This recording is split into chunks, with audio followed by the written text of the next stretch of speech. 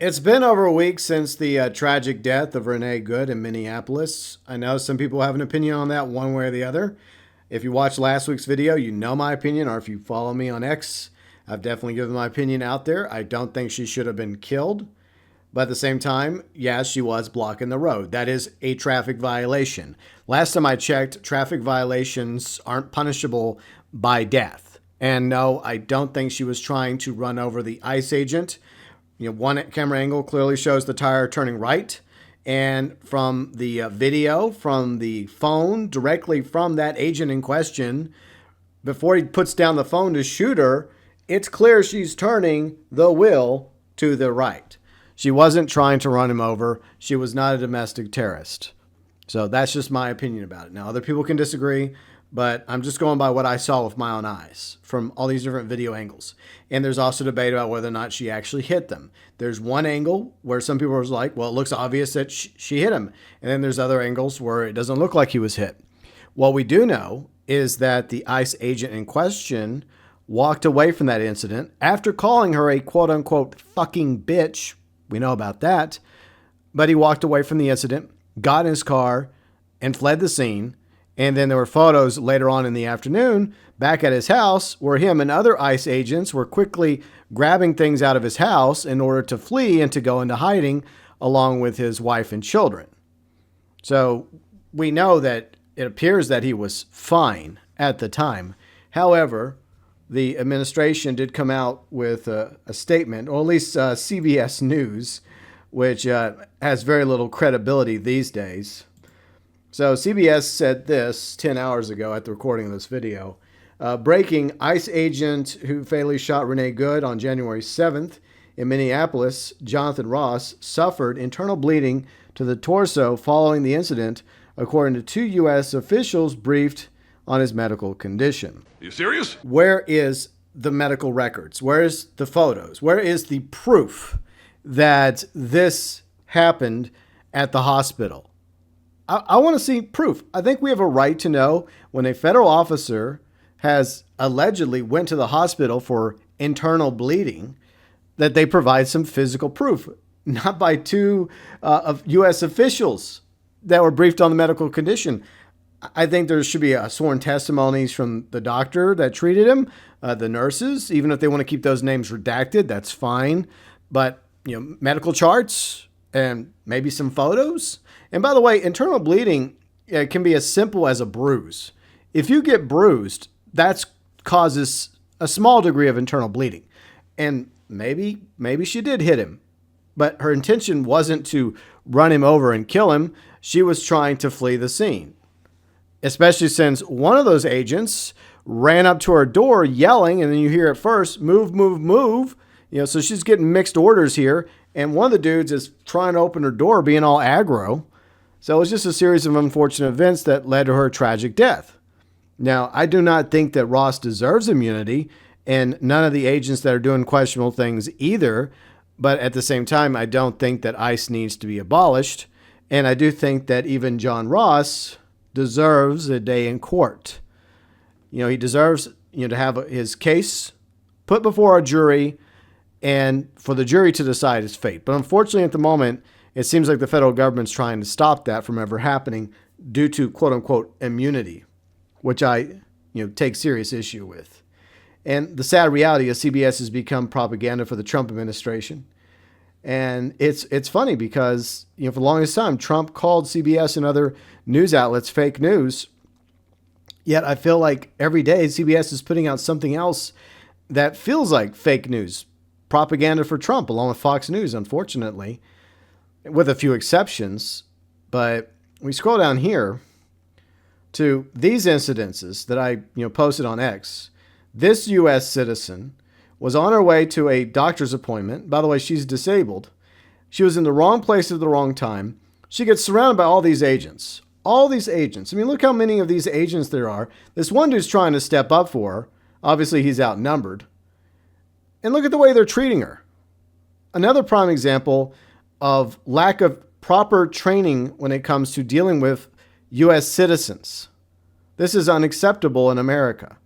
So ultimately, she does get dragged out of the car, along with her See, passenger side window already got bashed. And by the way, you can go see this on my X account.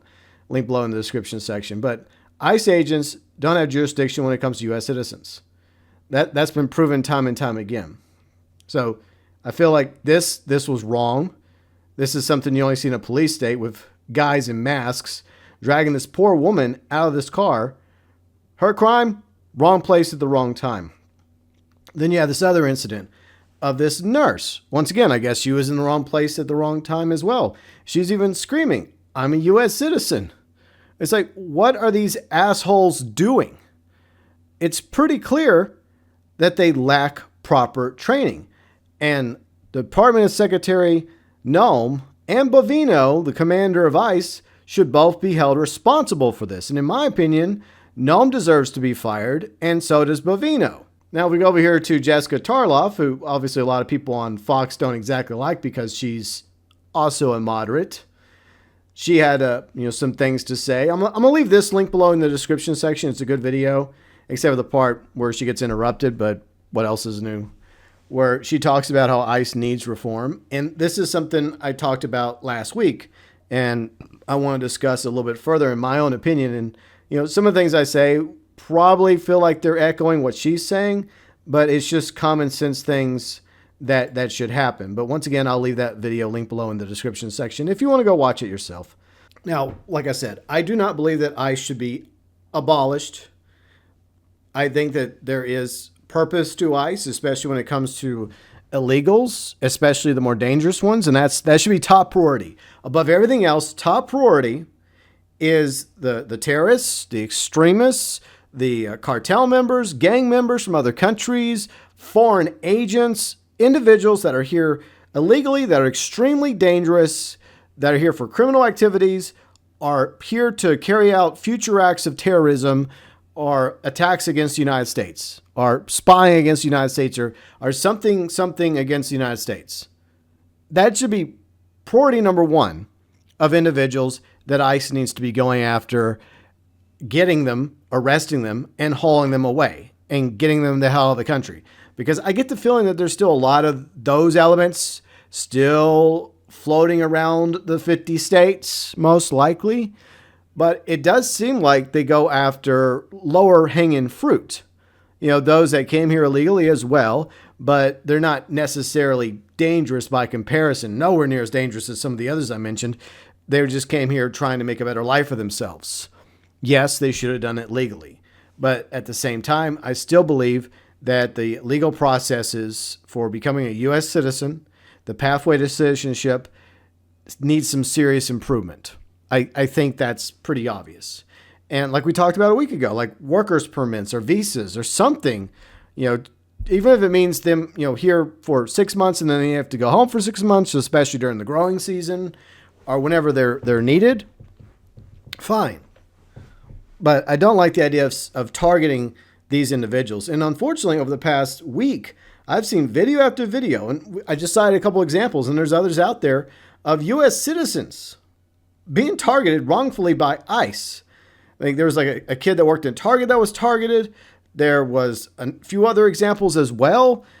But this is pretty obvious that the Department of Homeland Security under Kristi Noem has done a terrible job when it comes to making sure her ICE agents are properly trained. And yeah, I also extend the blame to the ICE commander Bovino, because he's their commander. He's the guy in charge right out in the field.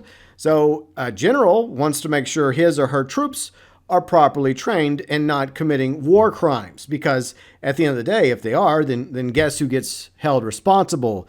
The guys and girls at the top, like head of Homeland Security and Bovino, commander of ICE. So yeah, I think they both need to be held responsible for their actions. Now, when we talk about the United States becoming a police state or feeling like a Nazi regime, it's just an expression.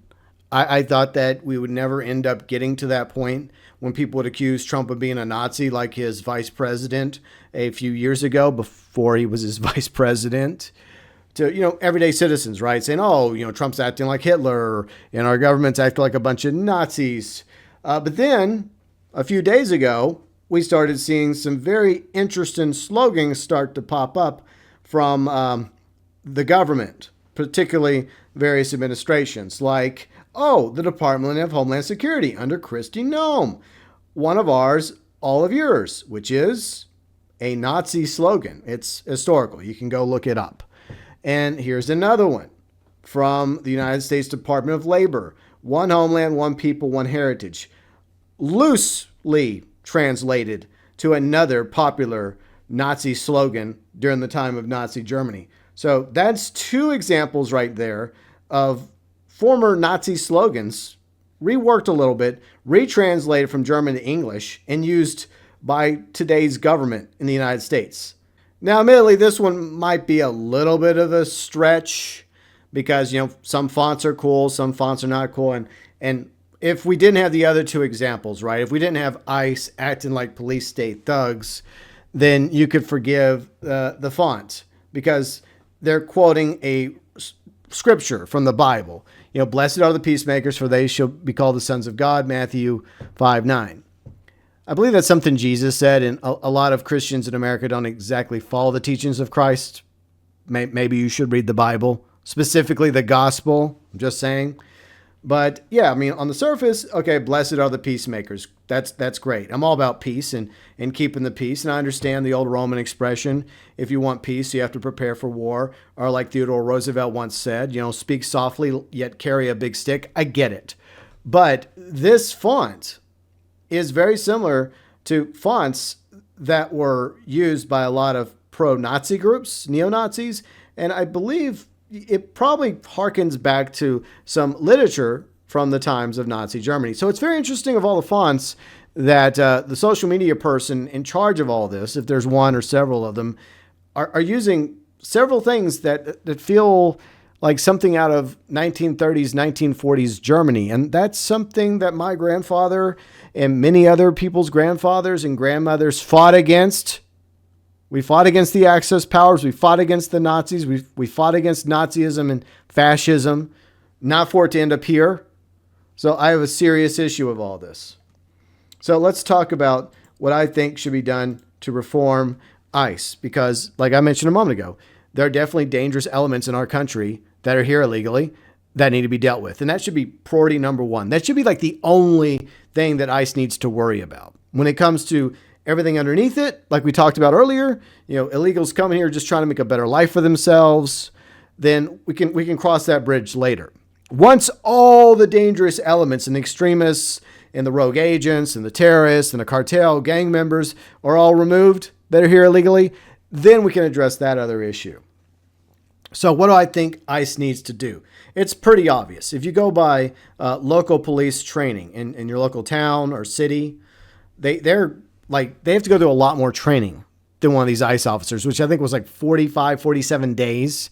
Your average police officer goes through about at least 100 days worth of training. And then there's additional training they have to go through, at least a few hours a year. They have to constantly do training. Because I have friends that were cops. So they would tell me about all the training they had to do, even though they have become like corporals and sergeants. And I'm not going to dox anybody, but I do know a thing or two about law enforcement, even though I'm not a cop. Another thing I know is something I talked about last week is police officers are trained to interact with the public, to treat citizens like citizens, and to try to be friendly. Now, yes, some cops are assholes. Some are scumbags. There are a few bad apples, but most of them are good men and women in uniform that wear the badge, that are out there serving their community and just want to go home to their family and loved ones. That's it. They're not out trying to carry out some sort of police state thing. They get a very bad rap. And that's why I was completely against abolishing the police back in 2019, 2020, during the times of the George Floyd riots. I feel like, yeah, there were bad cops like Chauvin. He deserved to go to jail for what he did. But most police officers are good men and women that wear the badge, and they put their lives on the line for their communities. But they're also trained to de-escalate situations. And that's something that we clearly don't see happening from ICE. They are acting like police state thugs.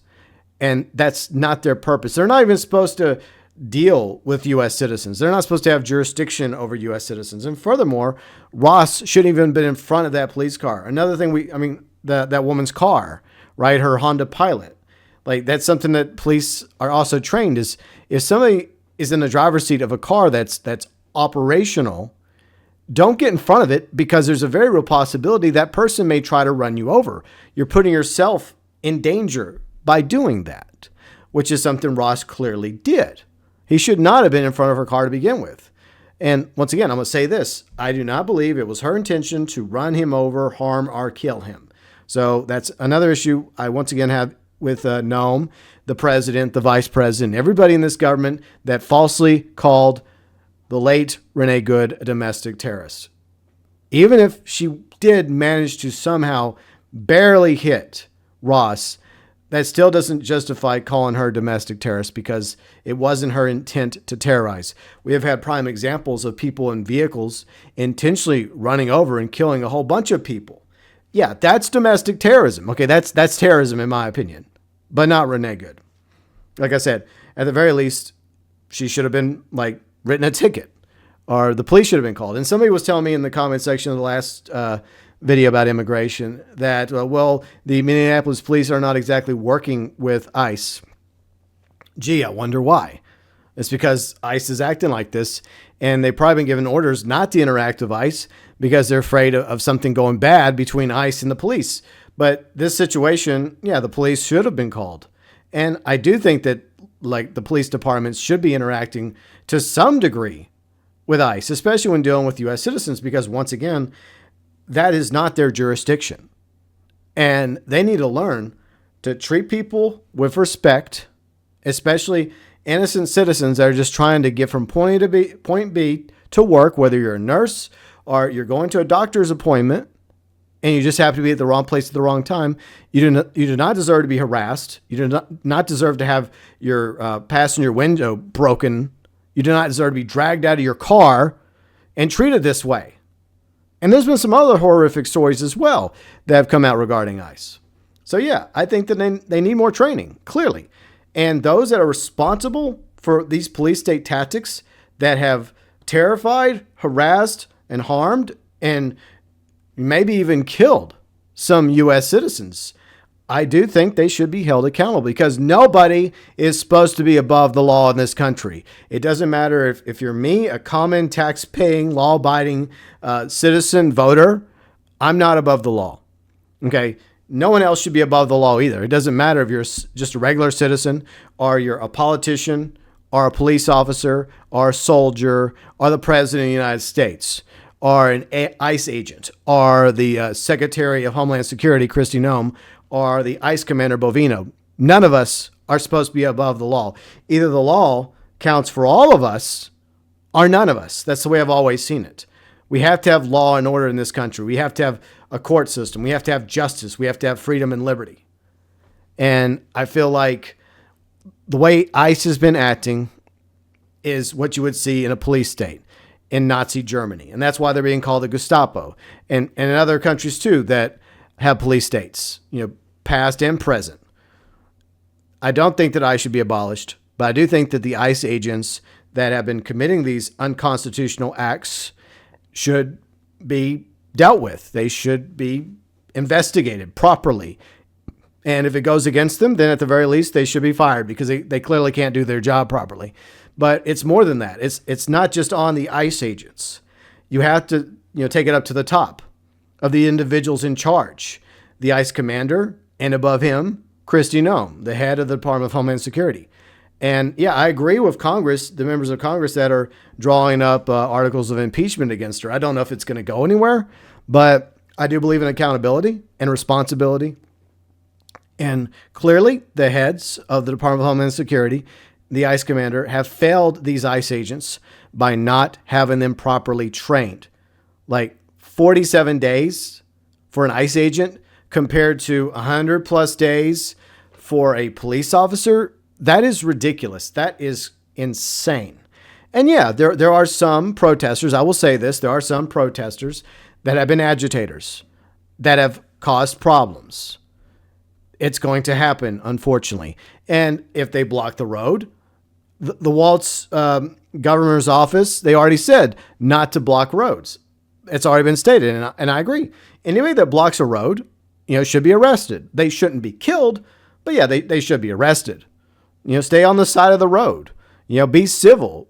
Exercise your First Amendment right, which is something we still have ICE agents. That's something we still have Secretary Noem and Commander Bovino and President Trump and Vice President Vance and everyone in Congress. We still have this thing called the Constitution, Bill of Rights, as well as the First Amendment, which gives us, freedom of speech, the right to peacefully assemble. As long as people are peacefully assembling and not blocking the road or throwing things at ICE agents, here's an idea.